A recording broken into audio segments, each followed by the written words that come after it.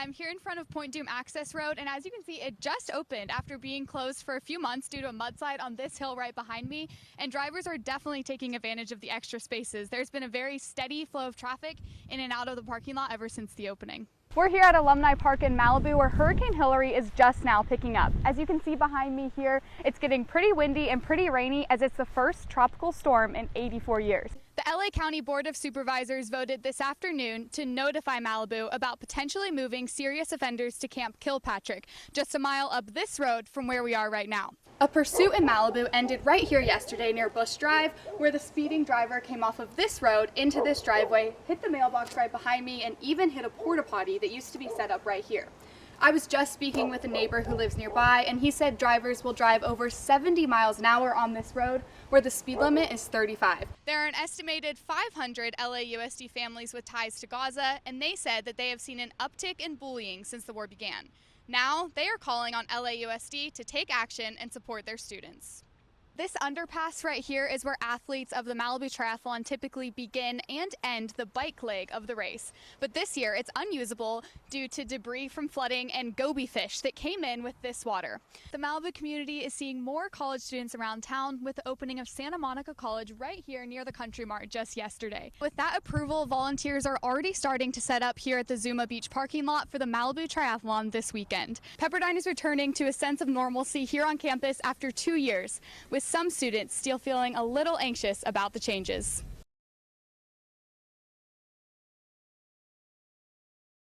Council members with little time to take action. And that doesn't sit well with me either. But the public has their own opinion. But the idea that you're going to control the jail or you're going to control which criminals you get to have in Camp Kilpatrick just shows the type of entitlement that you have. Saying Malibu shouldn't get to choose who comes to their jails. What are we going to do? Are we going to say no kids allowed here? They can't come to our jail. Our jail's too nice. This is Malibu, California. You're not allowed in my jail. But some still feel uneasy about the potential new neighbors. The people they're talking about putting in there need to be separated from society, and the facility up there, when I saw it, was not capable of excluding them from society. The council voted last night to not submit a letter before the Las Virgenes Malibu Council of Governments meeting this morning, stating a letter of such importance should not be rushed. We're not going to accomplish anything as Malibu with a last minute, I'm going to say it, half-assed letter. Now, we will see if that letter will actually get written. The board is also pressing to move offenders to Santa Clarita and Commerce, but those cities have already fought back. Now, it's up to Malibu to raise their questions and concerns before the final decision.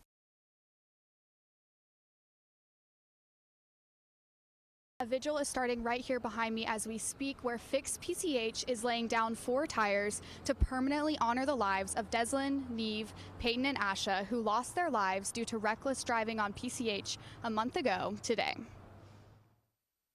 PCH is the only road that can be used to take your kids to school.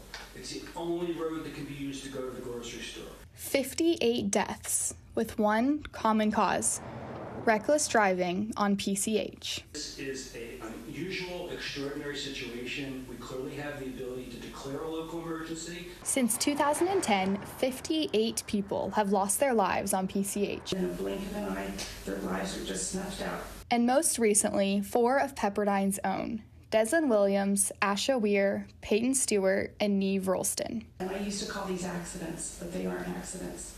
They're car crashes. They're the result of speeding drivers, careless drivers, drunk drivers, angry drivers. And now, Malibu is in a local state of emergency. This morning, the city hosted a special meeting with the PCH task force, bringing state leaders to Malibu to discuss steps to make PCH safer. Our communities have seen too much tragedy. Enough is enough. We have to take action now. The leaders are vowing to work with Caltrans, who controls the roads in Malibu and is facing criticism for not doing enough. Barry Stewart, who lost his daughter Peyton 1 month ago in the PCH crash, addressed the task force saying he wants a clear outline of real penalties drivers will get for breaking the law. $100 is only about $15 more than my daughter Peyton and I spent to have lunch at the Broad Street Oyster Company. Leaders say by declaring a safety corridor for PCH through Malibu, drivers can expect lower speed limits and double the amount in fines in the short term. And long term, passing a bill to give Malibu more authority over lowering the speed limit, installing speed cameras, and increasing CHP patrol. Traffic detectives say the city is already doing more traffic enforcement on PCH with some positive effect. We are cracking down, we're taking a zero tolerance approach. And just last week, they arrested a Pepperdine student for driving 101 miles per hour on the intersection of PCH and Webb Way. You would think after what happened, they would know to slow down, but apparently not. So now, a month after, 4 more lives were lost. I think you need to try a little harder. It's blindingly obvious that we not only need to reduce the speed limit, but we need to enforce the law and do so efficiently.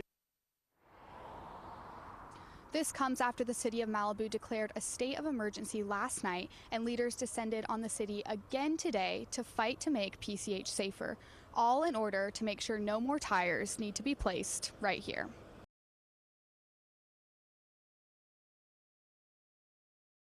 The kids in Malibu definitely have a unique perspective, as outsiders view Malibu as a paradise place to grow up in, but for kids, Malibu is just their home. Growing up in paradise. When you grow up in a place that's that nice, like, you don't really have to leave. While Malibu may look glamorous to outsiders, kids like Poppy Fishbach still do normal kid things. I surf, I skate, I do softball and soccer. Even though surfing class might be a little more normal than other places. I like to go to the beach with all my friends really a lot. And going to the beach every day isn't a treat, it's a routine, amid the usual after-school activities. Every once in a while, a kid will spot a celebrity, but to Malibu kids, they're just people running errands.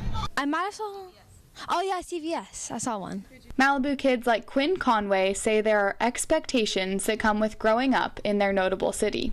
I've lived here my whole life, and I've never even stood on top of a surfboard. I've never tried. But most say they think they had a very normal childhood.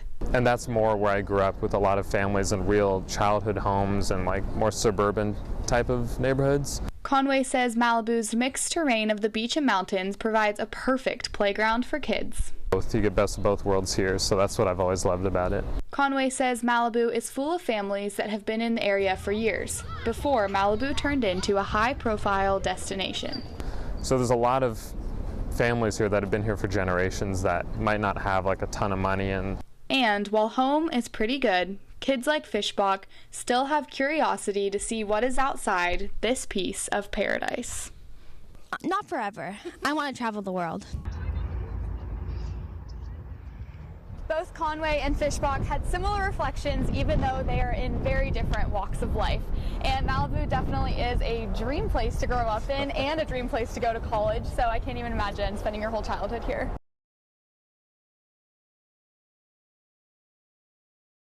Good evening and welcome to Newswaves. I'm Abby Wilt. Early results are showing 70% yes and 30% no. Parents seem to support the arts in schools, but whether the voters will support it on the ballots is yet to be seen. If the measure passes, 80% of funding will go to hiring arts faculty with a focus on schools in low-income communities. Back to our big story of the day, the National Weather Service is urging Malibu to be prepared for power outages and fires as a severe Santa Ana event moves in. The Malibu City Council is still pushing LA County to not move violent offenders to Camp Kilpatrick. And every now and then there would be somebody who'd walk away from the camp, which was very easy for them to do because the camp is an open camp. Camp Kilpatrick, which is a low-security juvenile detention center located off Canaan Road, is potentially going to house offenders who have committed violent crimes. The city has requested multiple times for the county to move the offenders elsewhere. On September 14th, the city wrote a letter opposing the move. The letter claims there is a possibility of having all the serious offenders have to evacuate due to a wildfire, as they had to do at the camp during the Woolsey fire. In a press release just yesterday, the city said there are 52 men immediately ready to move to Camp Kilpatrick, but the city is not ready. Protections in place for Woolsey fire victims in Calabasas are set to expire December, and the city is calling for an extension. The Woolsey Fire Overlay Ordinance was meant to streamline the rebuilding process for homeowners affected by the Woolsey Fire in 2018. However, 5 homes within the overlay zone have yet to be rebuilt due to the pandemic and subsequent labor shortages. Calabasas City Council staff are calling to extend the ordinance for an additional 3 years before it expires. They will decide on this tomorrow night. We exist to serve you, our community. Follow us on Instagram and you can join wider conversation about news and learn tips for healthy consumption and interaction at #NewsEngagementDay. What about you, Marley? Why is news important to you? News is important to me because I feel like working as a journalist, it really is a service job. Like, we really do serve our community, especially getting out there and getting our feet on the ground of what's local and what's important to these people here. So yeah, I completely agree. Happy News Engagement Day. Happy News Engagement Day. That will do it for us this evening. Have a great night.